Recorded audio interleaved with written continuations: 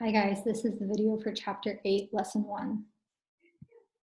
So in this chapter, we are going to be taking a look at something called functions. Now, this is really just a fancy word of describing something you've done before. How we have seen functions in our class so far has been through algebraic equations. And so we've seen stuff like this, okay? So let's say that you've got an equation, y equals 2 times x, and x equals 3.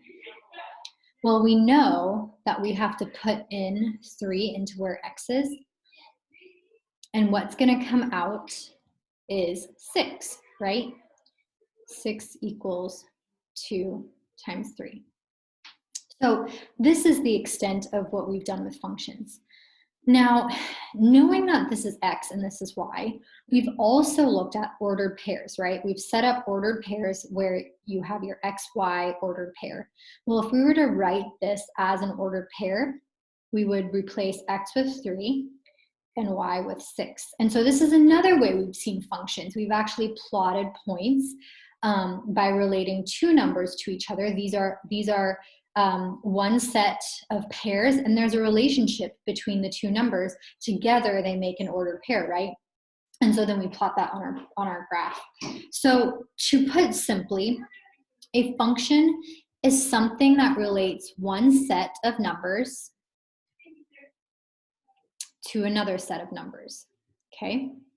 And so our sets of numbers, and that's what we call a function. So how we call these sets, what you put in is called the input, and that has another name. It's also called the domain. Okay, so if I say what's the domain, really what I'm saying is what's the input? What are you putting in to find your answer, to find out what comes out, right? The other set, basically what comes out after you've put something in, is the output. Very straightforward, right? The output. And that is called the range, okay? So I like to describe a function like a vending machine where you put in your money. So let's say we're gonna put in $1, and what comes out is your snack or your drink, right? So it wouldn't make sense if you put in $1 and you got more than what you are supposed to pay for, right? So if everything in this vending machine was $1, you put in $1, you should only get one item. If you get more than one item, there's something weird going on, right? So we can relate this to our equations. When we plug in our input 3, so imagine this is like our money, and we plug it into our function, so the equation, we can also call it a function, what comes out should only be 6. You should not get an answer other than 6. If you get 6 and 12 as your answer, then this is not a function anymore, okay? So think through the vending machine.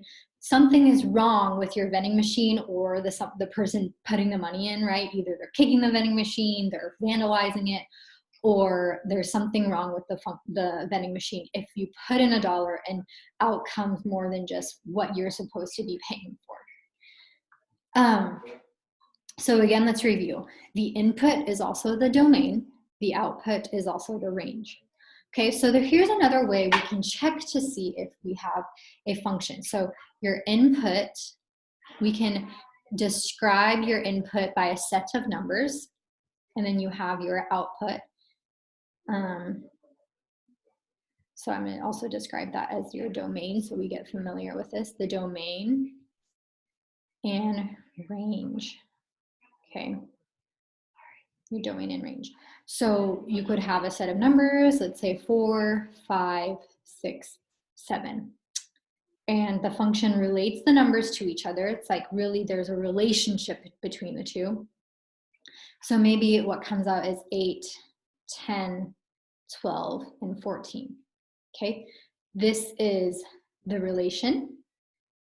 And this I can confirm is a function. Now, if you look at your list and you have a repeating domain going to different ranges or different outputs, then something is wrong, okay? So see how these kind of cross over? It's the same input going out to, so let me finish this up. It's the same input going out to different outputs. So this would be an example where it's not a function. Okay, so if these were all points, let's say this is 4, 8, this is 5, 10, this is 6, 12. So I put them as points. This is 7, 14. And then I have the same points here. I have 4, 8. I have 4, 10, 6, 12, and 7, 14. And I plotted them on a graph. So let's say I'm going to plot this one first. 4, 8. I'm just going to plot them, okay? So I'm going to have a graph something like that, okay? Now,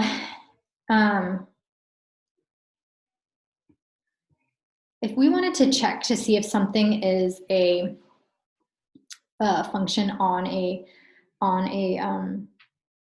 coordinate plane, we can use something called the vertical line test. So what the vertical line test says is that when I put up a vertical line, so you could pull up your pencil and kind of, you know, put it on your paper and go across your coordinate plane. But when I go across, I should only have one point of intersection. So when I look at this, I just basically roughly drew out this first set of functions. I only have one point of intersections for all these points, these 4 points that I drew. And so this is a function. Now, if I were to draw this out, notice that, first of all, I actually don't have this point anymore. I don't have that 5, so I'm just going to take all that off. So let's say I have 4, 8, 2, 3, 4, 5, 6, 7, 8 right here, and 4, 10. So I've got another point right here. And then I've got 6, 12, 7, 14. So it's going to go up like that. Okay. Notice that when I use my vertical line test and I check to see if there's only one intersection, when I go right here, there are 2 points of intersection. 1, 2. So when I see that there's more than one point of intersection on my vertical line, that immediately tells me this is not a function, because what's going on is that I have the same input for different outputs. So if you have the same input for different outputs, that is no longer a function. So let's write this down on our notes. And I am going to see if I can type it down here. Let's see.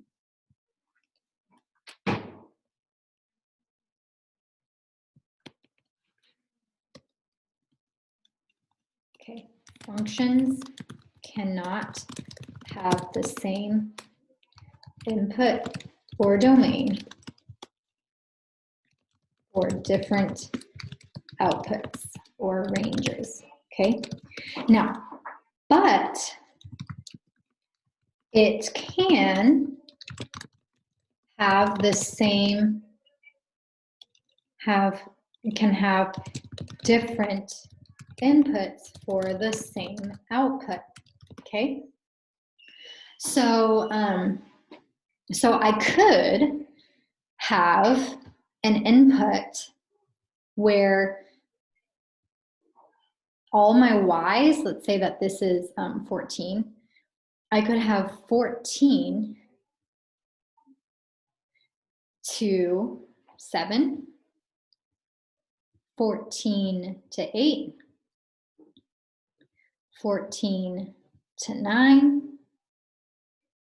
14, oh, I wrote it wrong, sorry, that's not it. It's reversed, right? That's not the right, those are not the right points. It should be 7 and 14, 7 and 14. Oh, can't erase that. So I'm just going to cross that out. Wrong, wrong, wrong.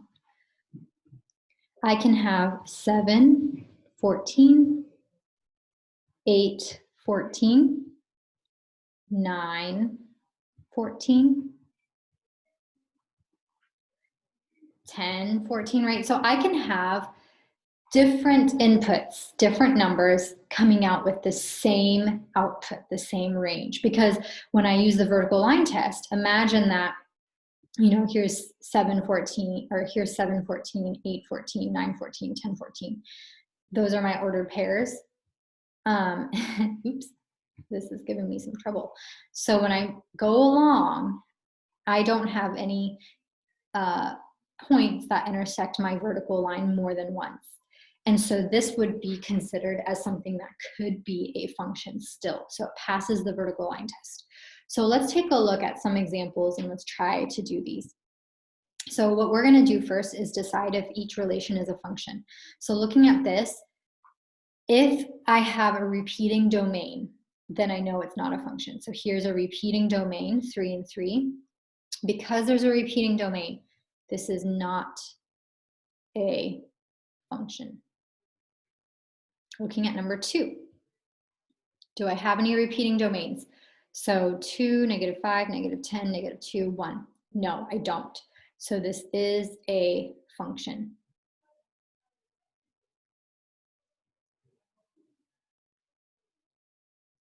Now, when I look here, I have -5 and 20, -10 and 20. So if you imagine what that would look like, those 2 points, -5 and 20. So let's say that 20 is right here. -10 and 20. See how there's 20 right there? So when you look at using a vertical line, my vertical line isn't going to intersect more than 1 point here, not going to intersect more than 1 point here. So it does pass the vertical line test, so this is a function. Now, if you were to imagine drawing this out, you would have 2 points, one, here's +3, -3. That's right here. There's a point, and then 3, 0. There's a point here. So if you look at that, you've got 2 points that cross over on the same vertical line. So that is not a function. Okay, looking at this, we can use our vertical line test and just double check. So if I bring this across, I don't have any intersections at more than 1 point vertically. So this is a function.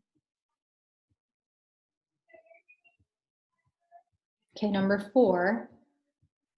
I have more than one of the same input. So this is not a function.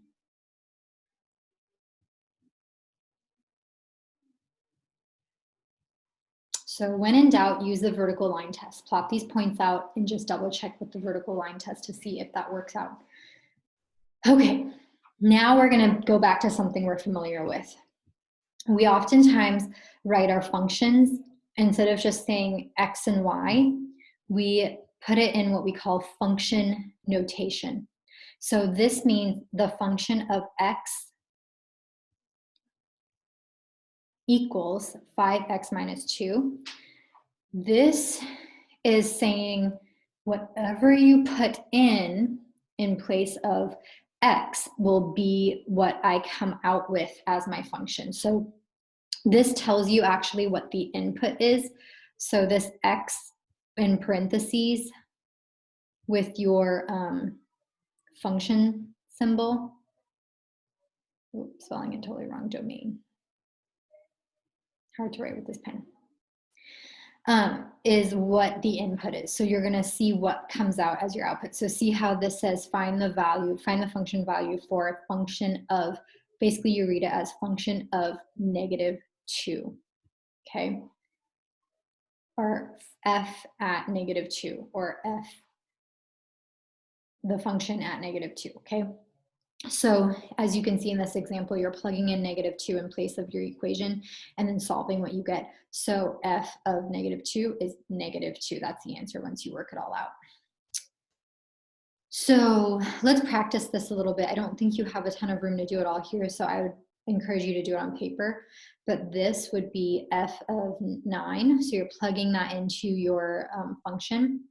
So this would be -3 times 9 plus 2. Negative 3 times 9 is negative 27. Plus 2 is negative 25. So the answer is negative 25. So f of 9 equals negative 25. Okay. Same thing for 2. You're going to plug it in. I'm going to do that over here. So you plug it into your equation, f times 12 plus 2. So negative 3 times 12 is negative 36, plus 2 is negative 34. And so f of 12 equals negative 34. Okay, hopefully you get the idea. So I'm going to give you some time. Why don't you work these out? Let's do a big one here, okay? And you can pause the video and work those out.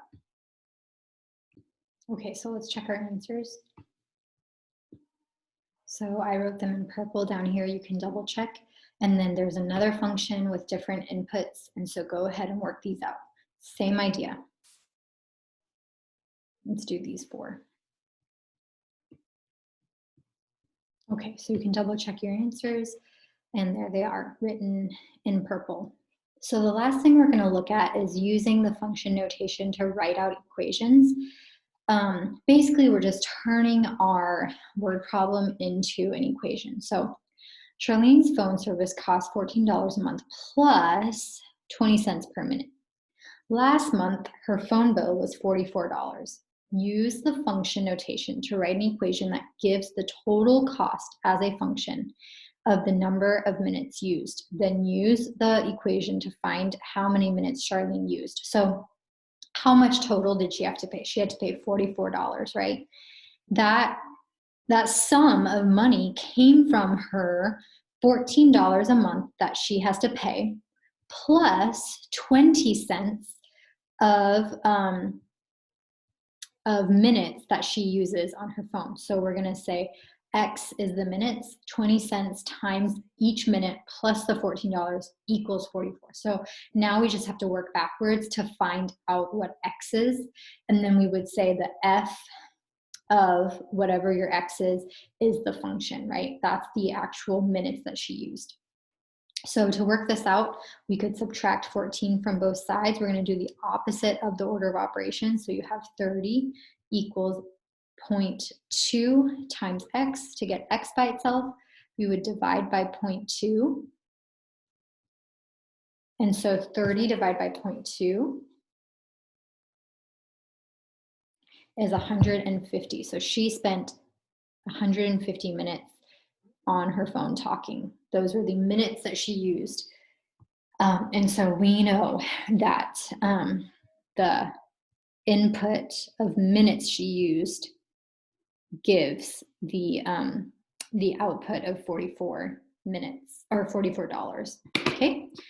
And so you don't really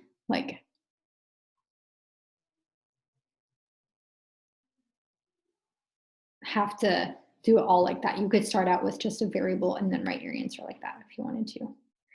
Okay, and that's all I have. So basically, to summarize, we talked about what a function is. So you really need to know this and be clear on it. It's easy to get confused on, but my recommendation is use the vertical line test when you're in doubt.